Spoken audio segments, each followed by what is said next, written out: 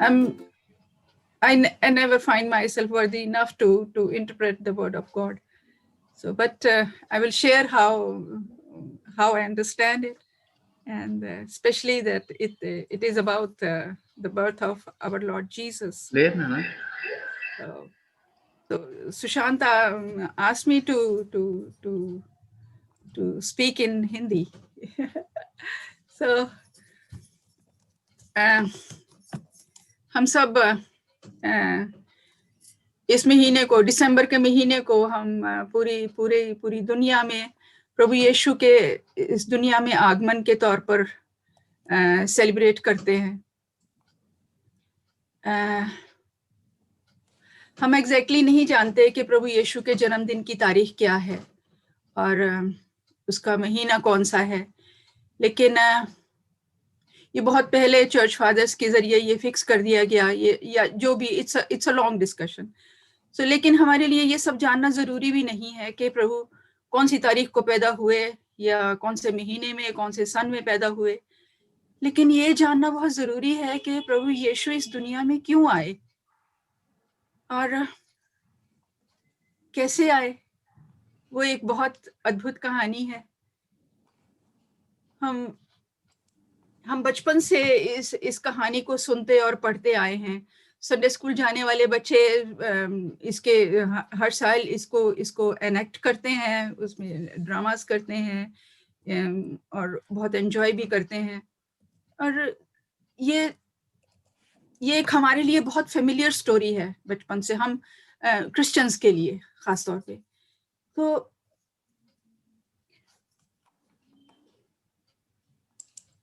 अगर हम वचन को देखते हैं तो उसमें हमें सिर्फ एक मैथ्यू एंड लूक के गॉस्पल में हमें प्रभु के पैदा होने की जो वो पूरी कहानी है वो हमें मिलती है। तो आज हम लूका से पढ़ेंगे। Will read from chapter 1, Luke chapter 1 verse 26 to 38।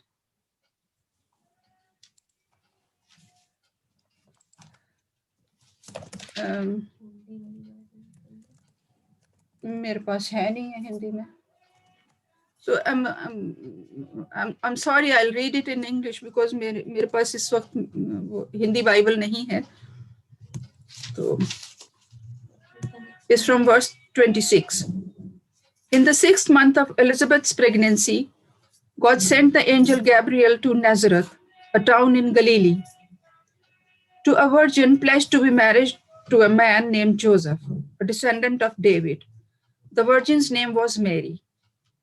The angel went to her and said, Greetings, you who are highly favored, the Lord is with you.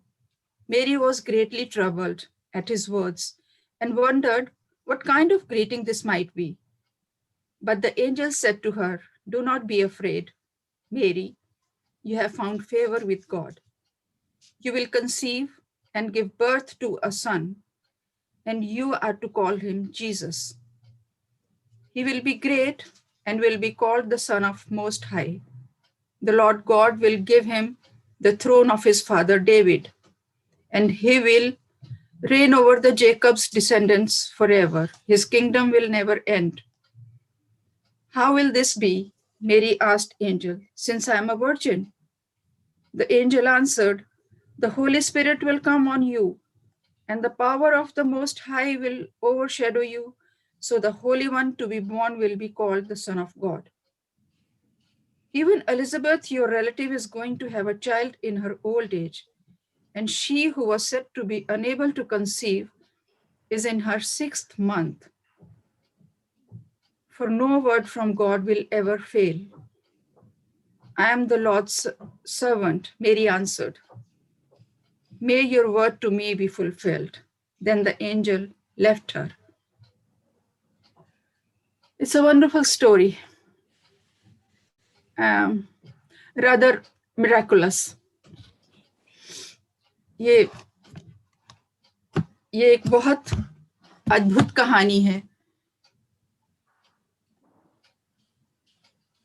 जिस पर जल्दी से विश्वास किया जाना बहुत मुश्किल है। हम क्रिश्चियंस के लिए, क्योंकि ये हम इस पर विश्वास करते हैं, हमारे लिए इसे सुनना और इस पर विश्वास करना आसान है, क्योंकि हम बचपन से इसके बारे में सुनते और जानते आए हैं. लेकिन it's a bit challenging to interpret it. When we tell this story to a new listener who doesn't know Jesus, who doesn't believe in Jesus, शायद इसीलिए मैथ्यू ने इस कहानी को बहुत तरह से लिखा है. उसने जीसस की जीनियोलॉजी दी है टू प्रूव के वो दाऊद के घराने से पैदा हुए. उन्होंने बहुत ही assembled many prophecies from Old testament.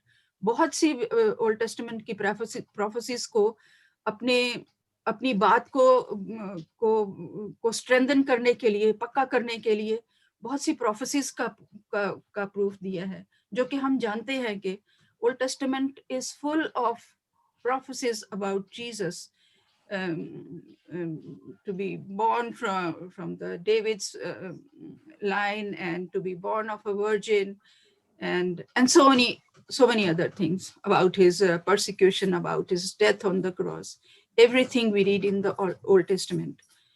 And the people of Israel must be knowing all these prophecies, and they were undergoing a time of turbulent and very hard times under the rule of Roman rulers. They were being tortured for every small thing. However, they never interfered in their religious matters, but still they were hard on them. And people were crying for liberation. They were waiting for a Messiah to come and liberate them from this persecution. वहाँ के जो लोग थे Israel के, वो बहुत बुरी हालत में थे, क्योंकि रोमन्स उनके ऊपर राज कर रहे थे, और वो एक मसीहा का इंतजार कर रहे थे कि वो आएगा और उन्हें इस सारी मुसीबतों से छुटकारा देगा. लेकिन वो ये नहीं जानते थे कि वो एक चरनी में पैदा होगा, वो एक बहुत एक हम्बल परिवार में पैदा होगा.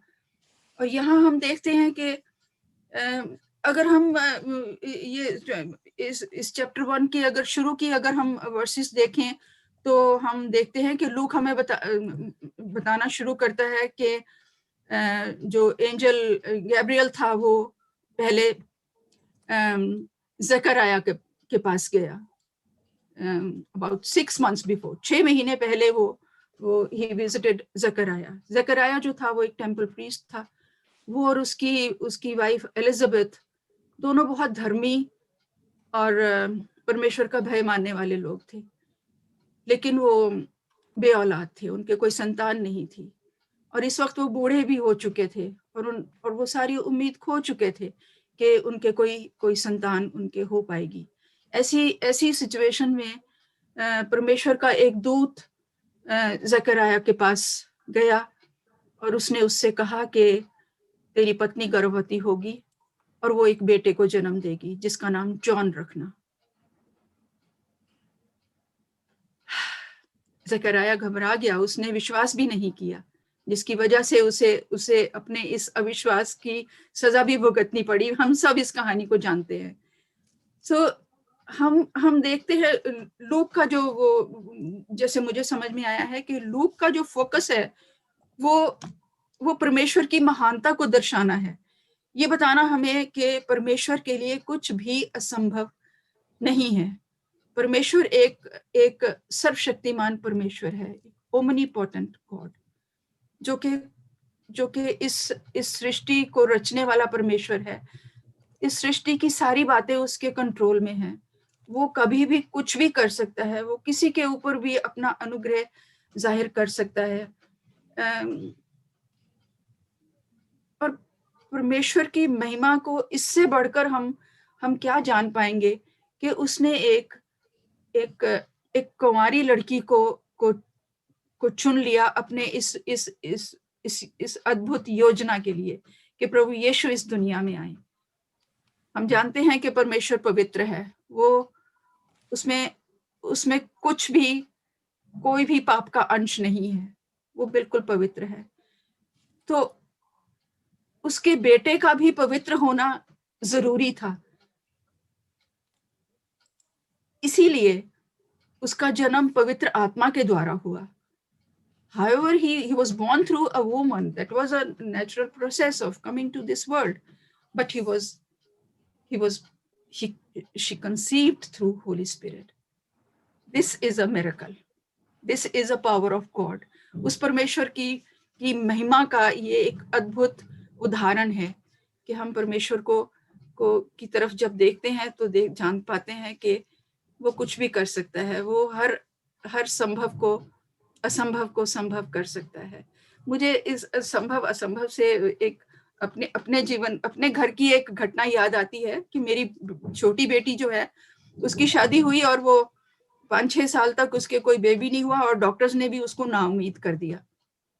और जबकि उसकी जो उसके हस्बैंड का जो फैमिली है वो बिलीवर नहीं है, तो उसकी सास ने जैसे अपने विश्वास के मुताबिक साधु संतों के पास जाकर वहां से कुछ जिस तरह भी हमारे यहाँ करते हैं, कुछ लाना उनसे और उसको दिया कि ये खा लेना और ये करना तो तुम्हें बेबी होगा और ये करो.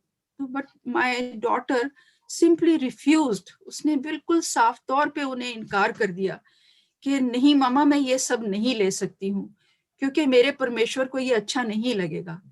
और औलाद की बात रही तो अगर मेरा परमेश्वर मुझे देगा तो मुझे कबूल होगा. मुझे यहाँ इधर उधर से औलाद हासिल नहीं करनी है. मैं अपने परमेश्वर को नाराज नहीं कर सकती. मैं ऐसे ही खुश हूँ. और एक वक्त आया कि उन्होंने बेबी अडॉप्ट करने का फैसला कर लिया और उसी साल में शी कंसीव्ड. उसे परमेश्वर ने आशीष दी और उसने अपने बेटे का नाम संभव रखा क्योंकि डॉक्टर्स ने जिस बात को असंभव घोषित कर दिया था, गॉड ने उसे पॉसिबल करके दिखाया. सो ऐसा महान हमारा परमेश्वर है. सो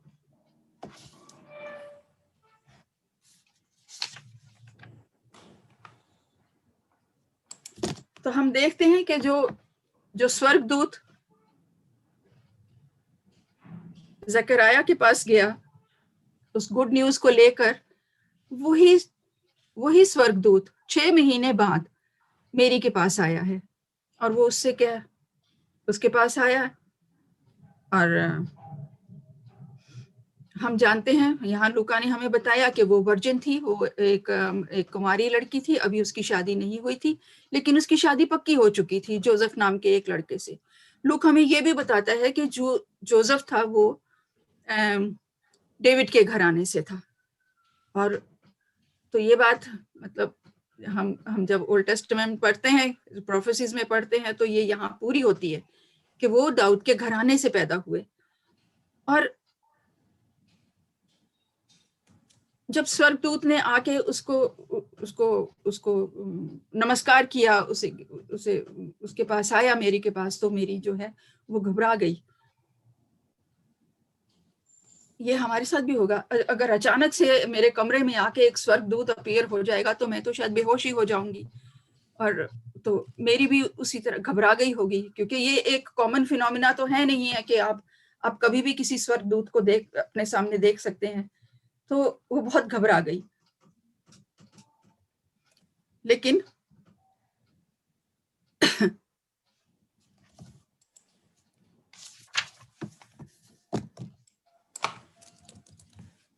अब हम ये देखते हैं कि वाई मेरी एक बहुत कम उम्र लड़की थी. ये उसकी उम्र यहाँ हालांकि नहीं लिखी है, लेकिन हम इतना जानते हैं कि उस जमाने में लड़कियों की जो शादियां हैं वो बहुत जल्दी पक्की कर दी जाती थी, हमारे देश में भी और वहाँ इजराइल में भी. तो she was hardly a teenage girl. बहुत छोटी उम्र की थी और बहुत गरीब परिवार से थी, from a very humble background. और वो एक बहुत छोटे से गांव की लड़की थी, नाजरत. गलीली का एक छोटा सा गांव था नाजरत. हम वचन में कहीं हम गॉस्पेल्स में पढ़ते भी हैं कि जब प्रभु यीशु के चमत्कारों को देखकर लोग हैरान हुए और उन्होंने ये कहा कि क्या कोई नबी नाजरत से निकल सकता है. यानी इसका क्या मतलब हुआ कि नाजरत को बहुत, मतलब वो, उसकी कोई इंपॉर्टेंस नहीं थी उस जगह की, it was worth nothing, completely insignificant place जहां जहां मेरी रहती थी। लेकिन फिर भी परमेश्वर की नजर उस पर पड़ गई, and she found favour with God. परमेश्वर महान है, परमेश्वर बड़े अजीब तरीके से काम करता है। Finding favor with God doesn't exactly result in instant fame and success and everything. हमें नहीं पता होता कि ये परमेश्वर की योजना हमारे जीवन में किस तरह से गुजरेगी और हम किस रास्ते से होकर गुजरेंगे। जैसे कि मेरी के ऊपर बहुत बड़ा अनुग्रह हुआ, परमेश्वर ने उसे एक बहुत बड़ी योजना के लिए चुन लिया। It was the most important act of obedience God ever demanded of anyone. And we see Mary was obedient.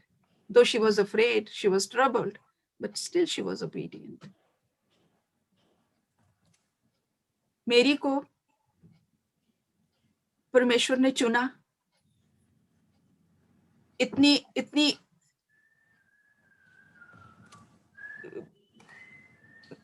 गरीब और इतनी अननोन प्लेस में वो रहती थी।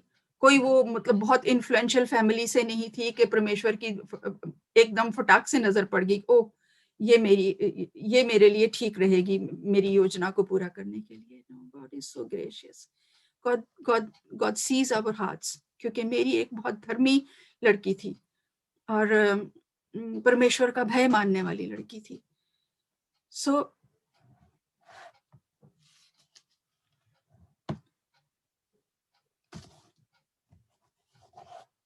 लेकिन मेरी को इस सब के बाद किस दर्द और शर्मिंदगी से गुजरना पड़ा होगा, इसके बारे में ना तो मैथ्यू ने कुछ लिखा है और ना ही लूक ने कुछ लिखा है। लेकिन अगर हम समाज की पाबंदियों को अगर हम समझते हैं तो हम सोच सकते हैं, हम इमेजिन कर सकते हैं कि उसे क्या सहना पड़ा होगा, किस तरह से उन हालात से गुजरना पड़ा होगा।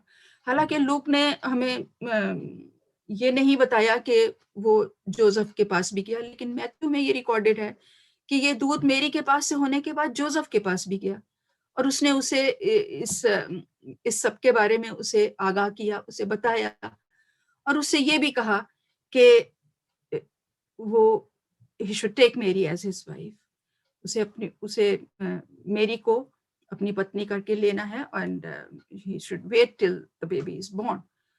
और and Joseph was equally obedient. We see it.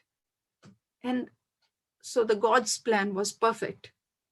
So he chose the perfect people for his plan. So यहाँ लेकिन मेरी के तकलीफ को हम नहीं जानते कि उसने उस सब को कैसे झेला। हम मेरी के पेरेंट्स के बारे में भी कुछ नहीं जानते, बाइबल में कहीं उनके बारे में कोई जिक्र नहीं है। लेकिन हो सकता है वो ये सब जानने के बाद वो डिस्टर्ब हो गए हों, वो बहुत परेशान हो गए हों। ये भी हो सकता है कि उन्होंने मेरी को बुरा भला कहा हो। ये भी हो सकता है उन्होंने उसके कैरेक्टर पे सवाल उठाए हों। और लेकिन ये भी हो सकता है कि मेरी ने इस बात को अपने ही मन में रखा हो और किसी को कुछ भी ना बताया हो।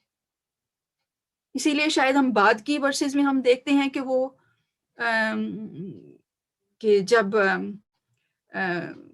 स्वर्गदूत ने उसे एलिजाबेथ के बारे में बताया कि उसे भी परमेश्वर ने आशीष दी है इस बुढ़ापे में, क्योंकि एलिजाबेथ जो थी वो बहुत बूढ़ी थी, वो बांझ थी और फिर भी परमेश्वर ने उसे आशीष दी। ये जानने के बाद she needed to confide in somebody. उसे अपने मन में जो उसके ये परेशानी थी उसको किसी से तो बात करनी थी। अगर उसने अपने माँ बाप से भी नहीं की होगी, अपने और किसी से नहीं की होगी, तो वो शायद वो एलिजाबेथ के पास इसलिए गई कि वो इस बात को समझेगी और उसके पास वो जानेगी। हम गारंटी से हम कुछ भी नहीं कह सकते।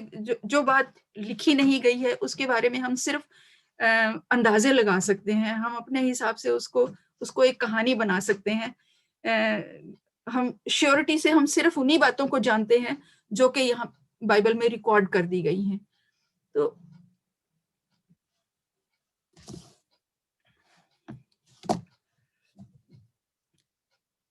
अगर हम वर्सेस 31 to 33 देखते हैं तो स्वर्गदूत मेरी से कहता है कि यू विल कंसीव। अभी वो उसे ग्रीट किया है, उसने उसके पास आया है, उसने अब वो उससे कह रहा है कि you will conceive and give birth to a son and you are to call him Jesus, कि तुम गर्भवती होगी और एक बेटे को जन्म दोगी और उसका नाम जीसस रखना, यीशु रखना।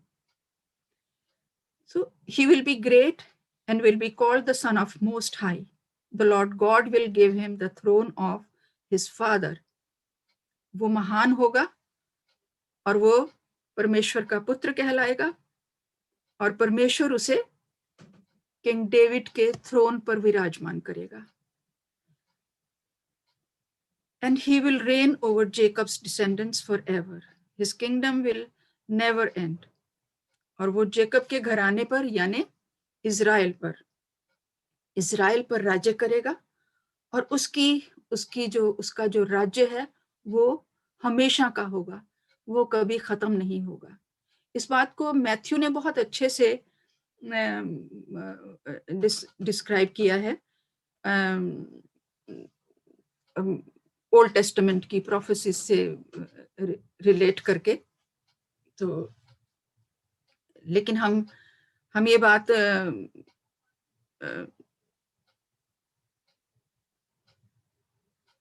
जानते हैं कि परमेश्वर यीशु जो हैं वो डेविड के घराने से थे और इसीलिए उन्हें ये कहा गया कि वो डेविड के सिंहासन पर बैठेगा। एंड हम ये भी जानते हैं कि वो उनके बारे में ये कहा गया कि वो इज़राइल का राजा होगा। वो चाहे वो एक जिस तरह किंग्स होते हैं दुनियावी वर्ल्डली किंग्स की तरह नहीं, लेकिन परमेश्वर ने उसे अपने लोगों के ऊपर दिलों पे राज करने के लिए भेजा के, क्योंकि हम the famous word John 3:16 says that कि परमेश्वर ने जगत से इतना प्रेम किया कि उसने अपना इकलौता बेटा इस जगत में भेज दिया ताकि जो कोई उस पर विश्वास करे वो नाश ना हो बल्कि अनंत जीवन पाए। तो दुनिया में बुराई और पाप इतना ज्यादा बढ़ चुका था कि परमेश्वर को कुछ समझ नहीं आया कि प्लान तो परमेश्वर का हमेशा से रहा होगा यीशु के एक मसीहा के जगत में आने का, लेकिन उसके लिए राइट टाइम कब होगा ये तो परमेश्वर को ही पता था। तो परमेश्वर को जब ये हुआ कि yes now is the right time that he should go to the world and other, वरना ये लोग जो हैं अपने पाप में नाश हो जाएंगे। तो पापों की क्षमा हम अपने अच्छे कामों से नहीं पा सकते, सिर्फ हम अपनी मेहनत से अर्न नहीं कर सकते पापों की क्षमा। उसके लिए प्रभु यीशु का इस दुनिया में आना बहुत जरूरी था ताकि उसके बलिदान से, उसके लहू बहाए जाने से हम उद्धार पा सके, हम अपने पापों की क्षमा पा सकें और अपने जीवनों को बदल सकें। परमेश्वर ने हमें उस अनंत जीवन का मार्ग दिखाया, वो रास्ता हमारे लिए खोल दिया। उस पर चलना या ना चलना, उस दरवाजे में एंटर करना हमारी मर्जी पर है कि हम कितने आज्ञाकारी हैं, कि हम अपने जीवन को बदलना चाहते हैं या नहीं, या हम उस स्वर्गीय राज्य में जाना चाहते हैं या नहीं, या हम अपनी इस दुनिया की मौज मस्ती में ही जीकर इस दुनिया से चले जाना चाहते हैं। और उसके बाद में जो न्याय होगा वो तो लोग अक्सर कहते हैं वो किसने देखा है, इस दुनिया में जब तक है मजे करो, eat drink and B Mary. और तो लेकिन परमेश्वर का प्लान जो है वो हमारे लिए कुछ और है। परमेश्वर ने हमें जस्ट दुनिया में मस्ती करने के लिए नहीं भेजा है, परमेश्वर ने हमें अपनी महिमा के लिए भेजा है, ताकि हम अपने जीवन से, अपने कामों से, अपनी हर बात से परमेश्वर को महिमा दें, उसका गुणगान करें, उसकी महानता को पहचाने और लोगों को उसके बारे में बताएं कि परमेश्वर कितना महान है। परमेश्वर का मकसद हमें बनाने का, हमें दुनिया में भेजने का सिर्फ ये है। उसने ये हमें जन्म जस्ट यूं ही के पैदा हो, अपना कमाओ धमाओ, अपनी एक जिंदगी जियो, शादी करो, बच्चे पैदा करो और और बस इस दुनिया से वापस चले जाओ, ये इतना नहीं है। हमारा मकसद दुनिया में आने का कुछ और है। परमेश्वर की नजदीकी में रहना, परमेश्वर का भय मानना, उसकी आज्ञाओं को संजीदगी से लेना और प्रभु यीशु के बारे में, उसके उद्धार के बारे में, उसके बलिदान के बारे में लोगों को बताना, ये हमारे जीवन का असली मकसद है। और तो प्रभु यीशु का जो दुनिया में आना है वो हमारे उद्धार के लिए था। हम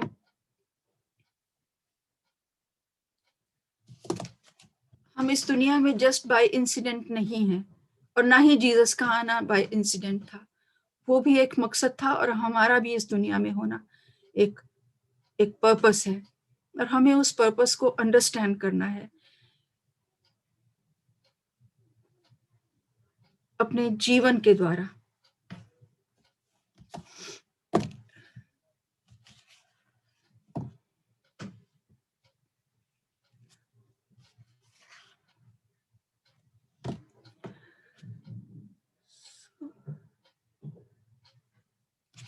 इसमें सबसे बड़ा जो हमारे लिए मैसेज है वो मेरी का विश्वास है, मेरी का सबमिशन है, और उसकी ओबीडियंस है। कि इतना डिफिकल्ट काम उसको सौंप दिया गया कि उसके होश उड़ गए होंगे सुनकर, पहाड़ टूट पड़ा होगा उसके ऊपर कि ये सब कैसे होगा। जैसे कि वो बाद में स्वर्गदूत को कहती भी है कि ये सब कैसे होगा, how will this be since I am a virgin, मैं एक कुंवारी लड़की हूं, ये सब कैसे होगा। तो फरिश्ते ने उसे जवाब दिया, the Holi spirit will come on you and the power of most high will overshadow you, so the holy one to be born will be called the son of God। उसने उसे बताया कि ये परमेश्वर की आत्मा के द्वारा होगा, परमेश्वर का आत्मा तुम्हारे ऊपर आएगा, वो तुम्हें ढांप लेगा और तुम गर्भवती होगी, और इस तरह जो बच्चा पैदा होगा, तुम्हारा बेटा जो होगा, वो परमेश्वर का बेटा कहलाएगा। और मेरी को तसल्ली देने के लिए यहाँ फरिश्ते ने उसे एलिजाबेथ के बारे में भी बताया, वरना मेरी को नहीं मालूम था। हालांकि 6 मंथ्स इसको हो चुके थे, लेकिन यहाँ फरिश्ता उसको तसल्ली देने के लिए ये भी बताता है कि Elizabeth, your relative is going to have a child in her old age, and she who was said to be unable to conceive is in her 6th month। सो परमेश्वर कैसे एक असंभव को संभव कर सकता है, ये बात भी फरिश्ते ने मेरी को बताई कि वो इस बुढ़ापे में परमेश्वर ने उन्हें आशीष दी है बच्चे संतान की। सो तुम घबराओ नहीं, पवित्र आत्मा तुम पर आएगा और तुम उस बेटे को जन्म दोगी। और ये सुनने के बाद मेरी ने अपने आप को सबमिट कर दिया, I am the Lord servant, मैं परमेश्वर की सेवक हूं, और जो कुछ तुम मुझसे कह रहे हो वो मेरे जीवन में पूरा हो। बहुत बड़ा दिल चाहिए इस सबमिशन के लिए, इस परमेश्वर की आज्ञाएं। कई बार परमेश्वर हमें इतनी ऐसी सिचुएशंस में डाल देता है कि हमारे लिए बहुत बहुत उसको झेलना बहुत मुश्किल हो जाता है, उसकी योजना को अपने जीवन में फलवंत करना बहुत मुश्किल हो जाता है। लेकिन परमेश्वर जब हमें चुनता है तो हमें उसके लिए इक्विप भी करता है, उसके लिए तैयार भी करता है, जैसे उसने मेरी को किया, उसको स्ट्रेंथन किया, उसको उसको उसको हिम्मत बंधाई कि ये सब जो है परमेश्वर की ताकत से होगा। उसी तरह जब परमेश्वर हमें अपनी योजनाओं में शामिल करता है तो वो हमें उसके लिए ताकत भी देता है, उसके लिए स्ट्रेंथन करता है। और हमें सिर्फ क्या करना है, हमें ओबीडिएंट रहना है, हमें सिर्फ ये कहना है कि हाँ परमेश्वर मैं हाजिर हूँ, मुझे पता मुझे क्या करना है। सो आज आज इस वक्त में जबकि ये कोरोना का टाइम है, it's a very difficult time, we all must be struggling through this, and life is becoming difficult every day. हर रोज मतलब जिंदगी मुश्किल होती चली जा रही है और हम बहुत मुश्किलों से गुजर रहे हैं। हम many of us may be spending sleepless nights with so many burdens on their hearts and going through tough times.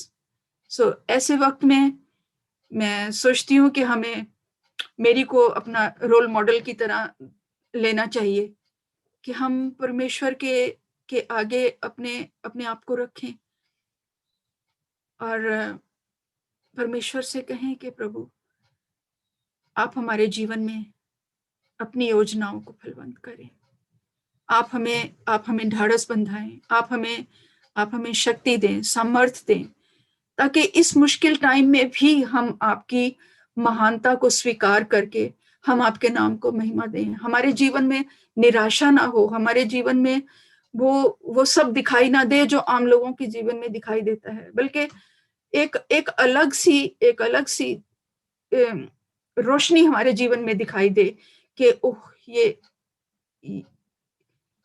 किस परमेश्वर की संतान है जो ये इतने मुश्किल वक्त में भी परमेश्वर की महिमा कर सकते हैं, उसका धन्यवाद कर सकते हैं, उनका गुणगान गा सकते हैं। सो हमारे जीवन से प्रभु ये चाहता है। और मैं बस इसके साथ ही मैं एंड करना चाहूंगी कि हमारे लिए ये जरूरी है कि हम हर हालत में, हर मुश्किल के वक्त में हम प्रभु यीशु पर ईमान लाएं, अपने परमेश्वर पर विश्वास रखें, उसकी महानता पर विश्वास रखें, उसकी योजनाओं पर विश्वास रखें कि हमारे जीवन में अगर कुछ ऐसा घट रहा है जो हमें पसंद नहीं आ रहा या हमारी योजना के मुताबिक नहीं है, हमारी पसंद के मुताबिक नहीं है, तो लेकिन हम उसे जानने की कोशिश करें, परमेश्वर के आगे रखें कि प्रभु हमें बताएं कि आपकी क्या भेद है इसमें, क्या योजना है इसमें, और अपने आप को उसके लिए अवेलेबल करें कि प्रभु आप हमें अपनी महिमा के लिए इस्तेमाल करें। और प्रभु कोई वजह नहीं है कि परमेश्वर हमें बेसहारा छोड़ दे और हमारे हाल पर छोड़ दे। और बस यही कहना चाहूंगी कि जैसे परमेश्वर बहुत महान है और हम उसकी संतान है, जिस तरह से उसने मेरी को बिल्कुल एक गरीबी से, मैं जरूरी नहीं समझती हूँ कि परमेश्वर के चुने जाने के लिए हमारा इन्फ्लुएंशियल, हमारा वेल्दी होना जरूरी है, हमारे पास यूनिवर्सिटीज की डिग्रीज होना जरूरी है, हम बहुत इंटेलिजेंट हों, हम बहुत वाइज हों, ये जरूरी नहीं है। पर लेकिन हमें हमारा एक हम्बल हार्ट परमेश्वर देखता है कि हम उसके आगे कैसे हैं, हम परमेश्वर को किस तरह से लेते हैं, ये जानना हमारे लिए जरूरी है। So we should search our hearts and we should humble before God and we should ask him to bless us and help us in our lives. So thank you so much to bear with me, and God bless you all. Thank you so much.